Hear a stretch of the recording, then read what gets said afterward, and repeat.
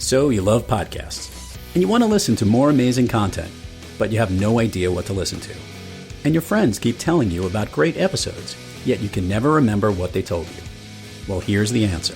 Good Pods.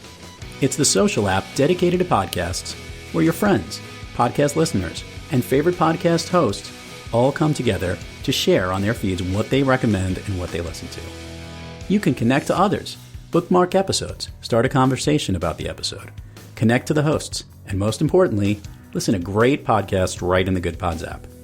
Download Good Pods wherever you get your apps and start sharing with a community that loves to listen. Good Pods. It's where to connect and listen.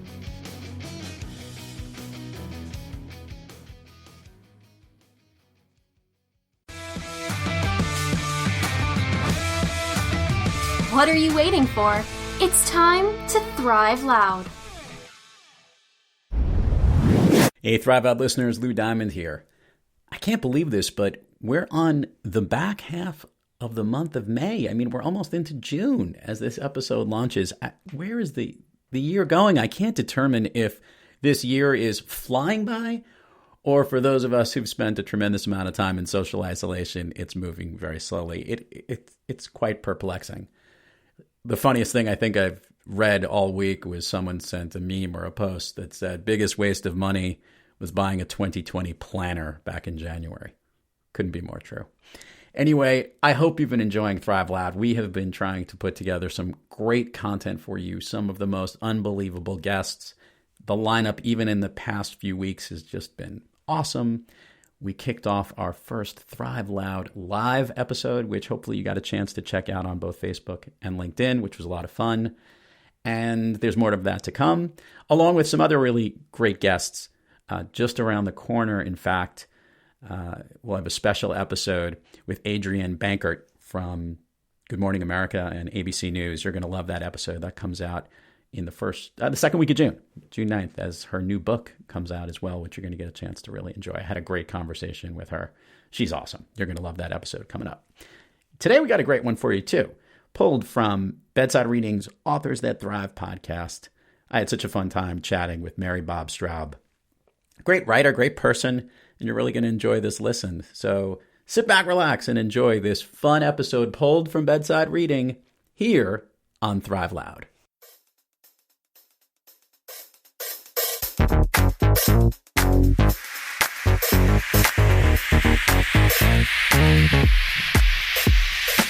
Welcome to Bedside Reading's Authors That Thrive, a podcast show that provides you exclusive access to top writers around the globe and how they are thriving through their writing, their passions, and their lives.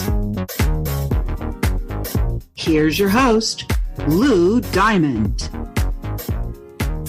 Welcome, everyone, to Bedside Reading's Authors That Thrive, connecting you to amazing authors that are thriving through their work and in their lives each and every day. I'm your host, Lou Diamond. Today, we have a wife, mother, and grandmother. After 2 decades as a high school teacher, she decided it was time to tell her story. Life itself has been her muse. Her book, Someone Else's Shoes, Walking the Muddy Path Towards Personal Sovereignty, is what we're here to chat about today. Please welcome MaryBob Straub. MaryBob, how are you today? I'm great. How are you, Lou? Coming to us from just outside, or in Atlanta, Georgia? Is that where you are? No, I'm just outside. I live just outside. Yes. At this point in time, I think I would like to be in your shoes just because it's warmer down there than it is up here in New York. Today it's supposed to be 83. 83? Yeah, it's a little crazy.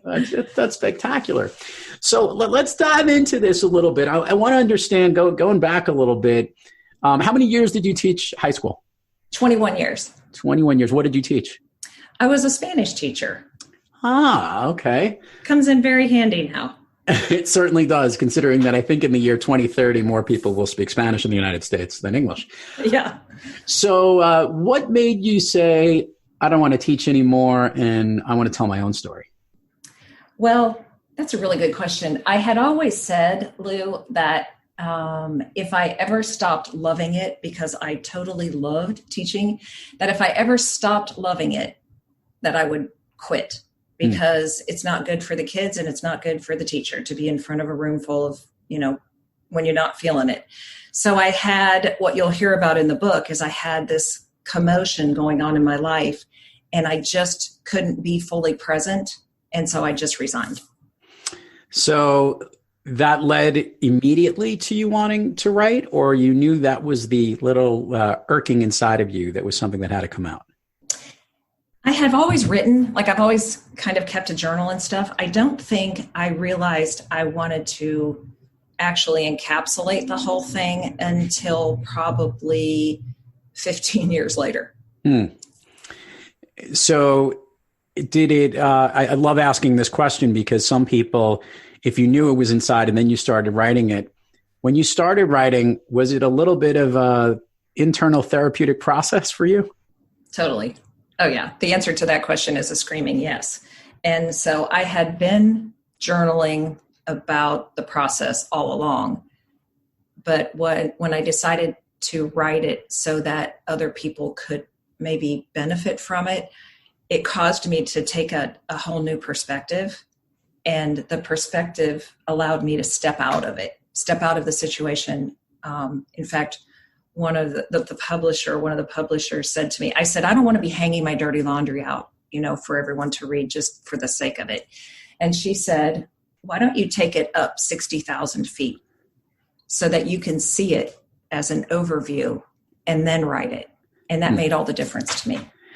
I'm a big fan of the power of empathy, standing in the shoes of another and seeing things from their perspective and really understanding their world. Have you always been an empathetic person?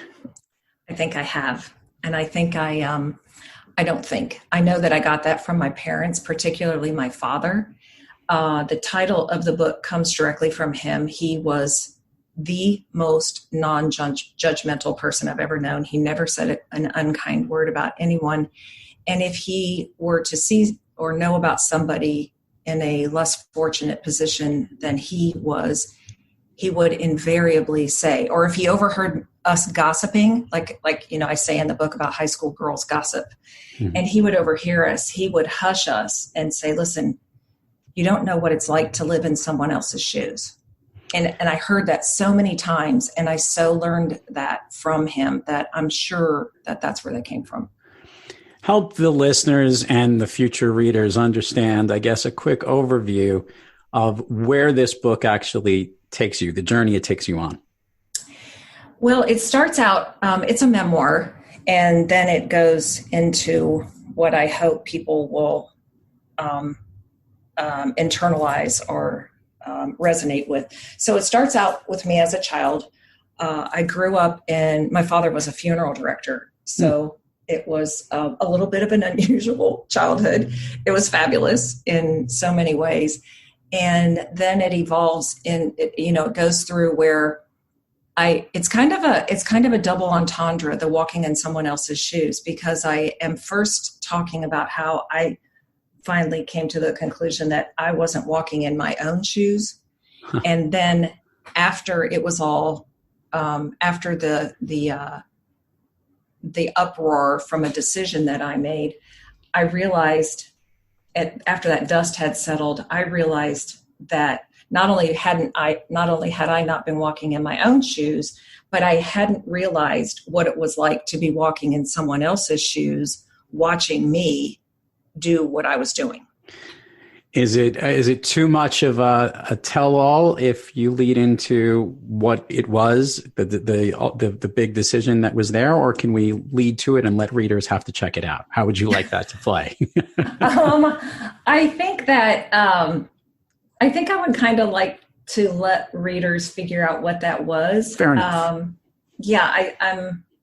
It was a life-altering decision, and I stepped onto a path that was totally apart from anything my family or friends had ever known.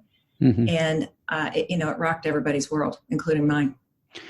As it relates to, it's funny when you mention that you've always been an empathetic person, but yet it's always difficult. I love using the expression, MaryBob, the sharpest knife can't shave its own handle. Was there an outside entity or source that helped you get on that path? Wow, that's a good question. Okay, I'm gonna go back a little bit to your previous question without saying what it was that I did. Fair enough. What I did was not so unusual. I think a lot of people reach a point in their life where they make these decisions, and it was one of those. So it kind of fits a lot of people.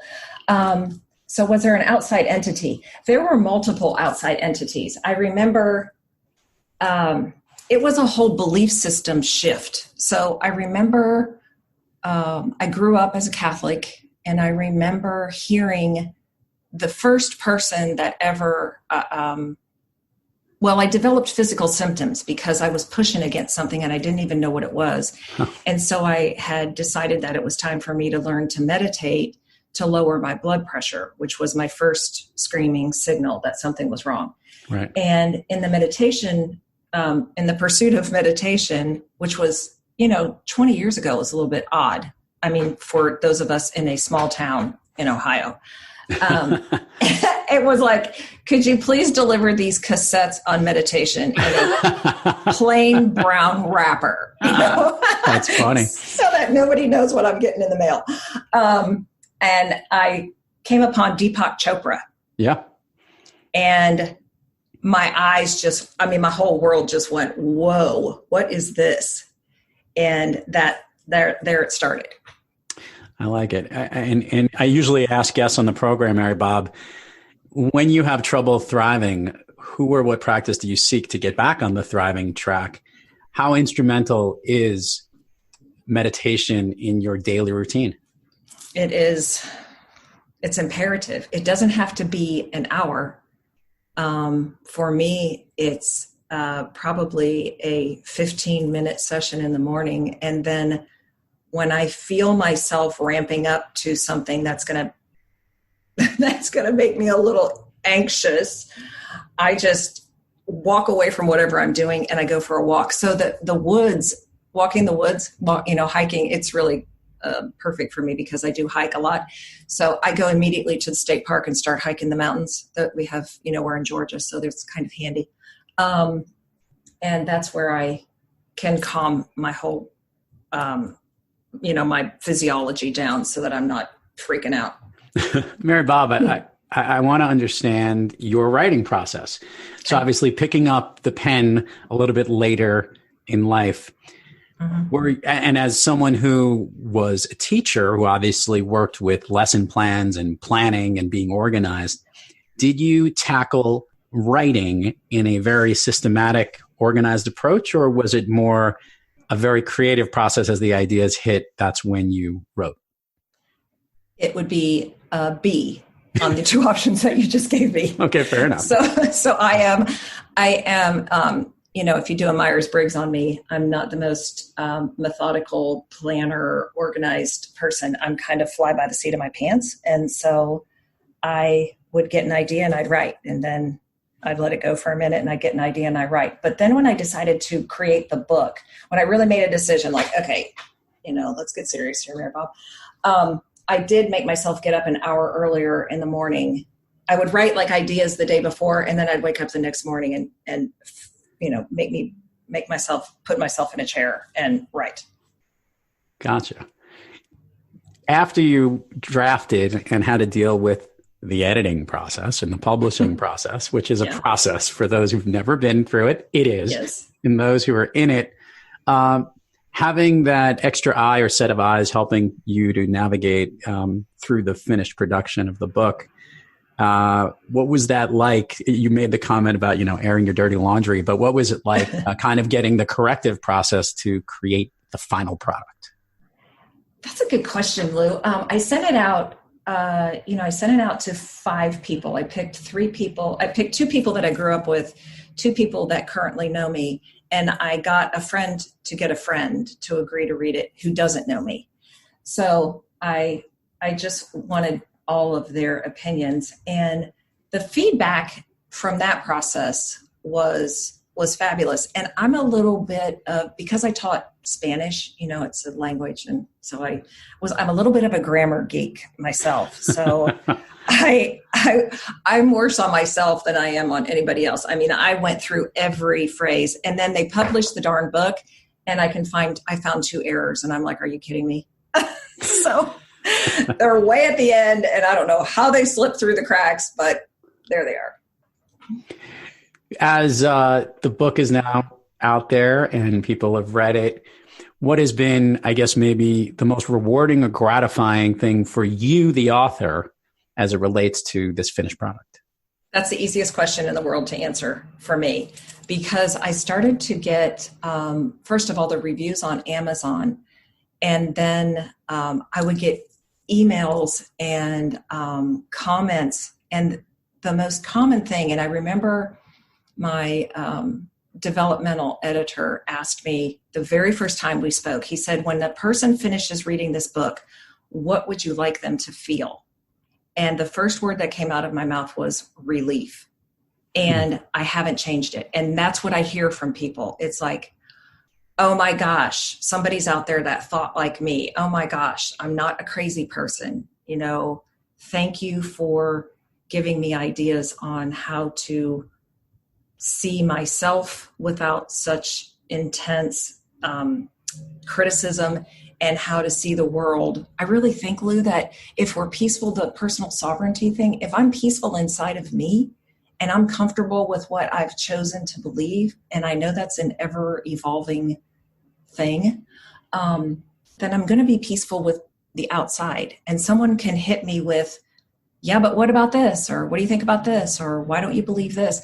And I can answer the questions peacefully without getting flapped up and angry about someone presenting me with a perspective that is different than my own, because I bothered to find my own perspective. I know what it is, and I'm okay with it. And so then I'm okay with you having yours. I like that. That actually is the most empathetic answer to that question of all time. Thank you. Thank you. Yay.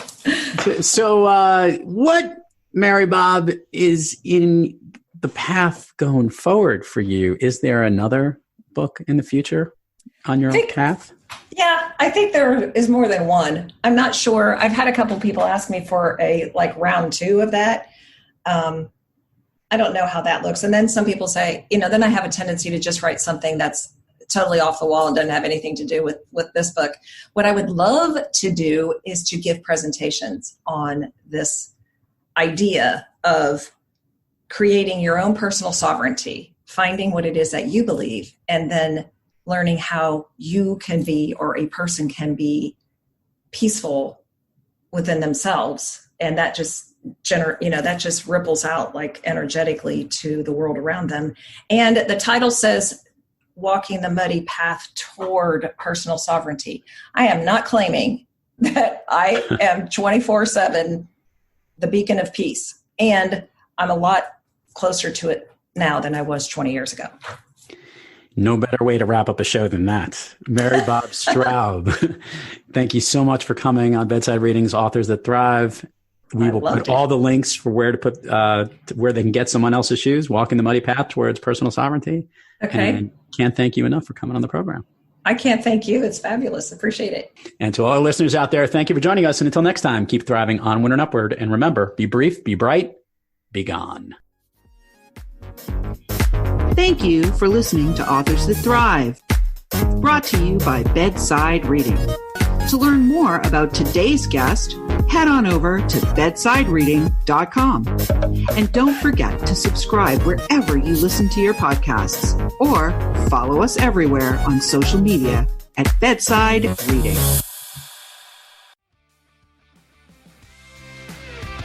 You've been listening to Thrive Loud with your host, Lou Diamond.